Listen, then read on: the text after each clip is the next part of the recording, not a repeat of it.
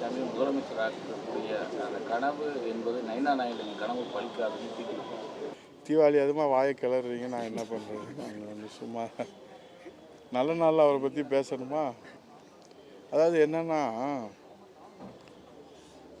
ஒலிம்பிக்கில் ஓடி அதற்கான பயிற்சி எடுத்து அதற்கான தகுதியை உருவாக்கி அதில் தங்க மெடல் வாங்குறவங்க சில பேர், ஒலிம்பிக்கிலே பங்கேற்க முடியாத சில பேர் வெளியிலிருந்து வேடிக்கை பார்ப்பவர்களுடைய விவாதங்களை இந்த தீபாவளியோடு நீங்கள் நிறுத்திட்டீங்கன்னா உங்கள் டிவி நல்ல மவுஸ் வரும், நல்ல மக்கள்கிட்ட செல்வாக்கு வரும் என்பது என்னுடைய தாழ்மையான வேண்டுகோள், கருத்து. விஜய் இப்போ நெருங்கி வராரா? இன்னும் ஓபிஎஸ் வரவே இல்லையே சார். நான் அன்றைக்கே என்ன சொன்னேன், பரீட்சை எழுதட்டும் பார்க்கலான்னு சொன்னேன். நான் சொன்னது வந்து பரீட்சை எழுதட்டும். ஏன்னா 52 ஆண்டுகள் அனுபவம், 53 ஆண்டு முடிச்சுட்டு 54வது ஆண்டில் அடியெடுத்து வைக்கிற கட்சி திராவிட முன்னேற்ற கழகம். குறைத்து மதிப்பிட முடியாது. 75 ஆண்டுகள் கட்சி. அவங்களும் இந்த மக்களுக்கு இன்றைக்கு மக்களிடத்தில் மிக பிரபலியமான கட்சி, ஆளுகிற கட்சியாக 25 ஆண்டுகள் இருந்திருக்கிறாங்க. இப்போ நீங்களே சொல்லுங்கள், இது போட்டி யாருக்கு?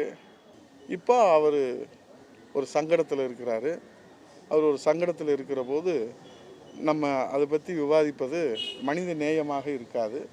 அது மீண்டும் சொல்கிறேன், அவர் நல்லபடியாக பரீட்சை எழுதுவார், நல்லபடியாக எழுதணும், அனுபவம் உள்ளவங்கள வழிகாட்டுதலோடு எழுதுவாருன்னு நாங்கள் நினைக்கிறோம். அவங்களோட இணைந்து அவர் செய்யணும்னு அவருக்கு வேண்டிய நண்பர்களெல்லாம் அவருக்கு ஒரு நல்ல வழியை காட்டுவதாக நாங்களும் நினைக்கிறோம். அனுபவம் உள்ளவர்களோடு, ஏன்னா ஒரு குழந்தை வந்து வருங்காலத்தில் மிகப்பெரிய வீரனாக வரும்போது கூட அந்த பிறந்த குழந்தை நடக்க தவழுகிற போது அந்த தாய் தந்தையருடைய கையை பிடித்து கொண்டு தான் நடக்கும். ஒலிம்பிக்கில் மிகப்பெரிய வீரர்களாக வருகிறவர் கூட குழந்தையாக இருக்கிற போது அதே போல் தான் இந்த மரத்துக்கும் ஒரு ஃபென்சிங் தேவை. ஒரு விதை வந்து அது செடியாக வளர்கிற போது ஆடு மாடு மிதிச்சிரும், மேய்ஞ்சிரும். அப்போ அதை பாதுகாக்கிறதுக்கு ஒரு பாதுகாப்பு வளையம் வேணும். அப்போ அது வளர்ந்துரும். ஆனால் அது வளர்கிற வரைக்கும் அதை பாதுகாக்கிறதுக்கு அந்த மரத்துக்கு தெரியுமோ தெரியாதோ, புரிஞ்சவங்களுக்கு புரிஞ்சால் இந்த தீபாவளி அதுவுமா நல்லதுன்னு நாங்கள் நினைக்கிறோம்.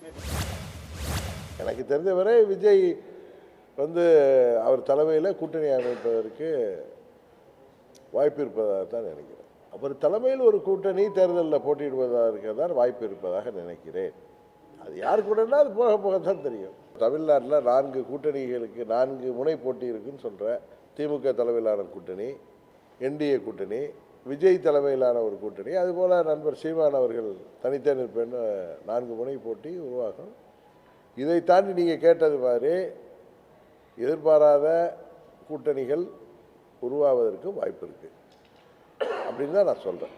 இதில் இவர் ஏற்றுக்குவாரா, ஆனால் பழனிசாமி பேசுவதை பார்த்தா அவர் தேர்தலில் தங்களால் சோபிக்க முடியாது தனது தலைமையில் அப்படிங்கிறத உணர்ந்து அவர் விஜய் அவர்களுக்கு கூட்டணி அழைப்பு விடுவது பிள்ளையார் சொல்லி போட்டாங்க. அவங்க யாரோ 2 பேர் இவங்க கட்சிக்காரங்களே, பழனிசாமி அவர் கட்சிக்காரர்களே கொடியை அசைத்து விட்டு, ஏன்னா பார்த்தவங்களாம் அந்த டிஷர்ட் ஏடிமிக்க டிஷர்ட் போட்டிருக்கிறத தொலைக்காட்சிகளே பார்த்தோம். அவர் விஜய் தலைமையை ஏற்றுக்கொண்டு செய்வதற்கு முயற்சி செய்கிறாரோ இந்த தேர்தலில் அப்படிங்கிற ஒரு எண்ணம் தோன்றுகிறது. ஆளுநர் யாருன்னு உங்களுக்கு தெரியும். அவர் ஆளுகிற பிஜேபி ஆர்எஸ்எஸ் உறுப்பினர். அவர் எப்பவுமே ஆளுகிற கட்சி, இந்தியாவை ஆளுகிற ஒன்றியத்தை ஆண்டு கொண்டிருக்கிற கட்சிகள் எந்த மாநிலத்தில் அதுக்கு அதிகாரம் இல்லையோ அங்கே அவங்க ஆளுகளை போட்டு எந்த ஒரு நலத்திட்டத்தையும் நிறைவேற்ற விடாமல் மக்களால் தேர்வு செய்யப்பட்ட அரசுக்கு இல்லாத அதிகாரம் ஒரு நியமிக்கப்பட்ட ஒற்றை நபருக்கு இருக்குன்ட்டு எல்லாரும் சேர்ந்து நம்ம ஒரு சட்டத்தை, ஒரு தீர்மானத்தை நிறைவேற்றி அனுப்பினோம்னா, அவர் கையெழுத்து போட்டால் தான் ஜெல்லும்னா, இது மக்களாட்சி ஜனநாயகம்னு சொல்லி எங்களை நம்ப சொன்னால் இது நீங்கள் தான் எல்லோரும் பதில் சொல்லணும். இத்தனை கோடி மக்களால் தேர்வு செய்யப்பட்ட முதல்வருக்கு இல்லாத அதிகாரம் ஒரு நியமன உறுப்பினருக்கு எப்படி வருது? இது எப்படி மக்களாட்சின்னு எங்களை ஏற்க சொல்கிறீங்க? எந்த மாநிலத்தில் நீங்கள் ஆளலையோ அங்கே போய் இருந்து அந்த மாநிலத்தில் என்ன எங்கே பார்த்தாலும் இவங்களா ஒரு ஆய்வு செய்கிறேன்னு போகிறது, இவங்களா ஒரு இடத்துக்கு போகிறது, எல்லாத்தையும் இது ஒரு கொடுமை தான். இது திராவிடம்னா என்னன்னு கேட்டப்போ, நான் பெரிய ஆராய்ச்சிலாம் பண்ண அறிஞர் இல்லை, எனக்கு திராவிடம்னா என்னன்னு தெரியாது, அதுக்கெல்லாம் நிறையா படிச்சுக்கணும்னு சொன்னார். அப்போ திராவிடம்னா என்னன்னு தெரியாதவர் திராவிட மாடலுக்கு அவர் தான் உதாரணம்னு சொன்னால் அது எவ்வளோ ஒரு கேவலமான கூத்துங்கிறத நம்ம தான் புரிஞ்சுக்கணும். அவரை பொறுத்தவரை அவருக்கு கட்சி கொள்கை இதெல்லாம் எதுவுமே கிடையாது. அதெல்லாம் கடந்த காலங்களோடு முடிந்து விட்டது. இப்போ அவர் அதிமுகவை ஒரு கம்பெனி போல் நினைக்கிறார். அந்த கம்பெனி அவர் இப்போ லீஸுக்கு எடுத்து நடத்துகிறதா நினச்சிட்டு இருக்காரு. அதனால் திராவிடத்திற்கும் அவருக்கும் சம்பந்தம் இல்லை. அவர் அதிமுக பேர் அமித்ஷா திமுக. உடனுக்குடன் செய்திகளை தெரிந்து கொள்ள சன் நியூஸ் பெல் ஐகானை கிளிக் பண்ணுங்க.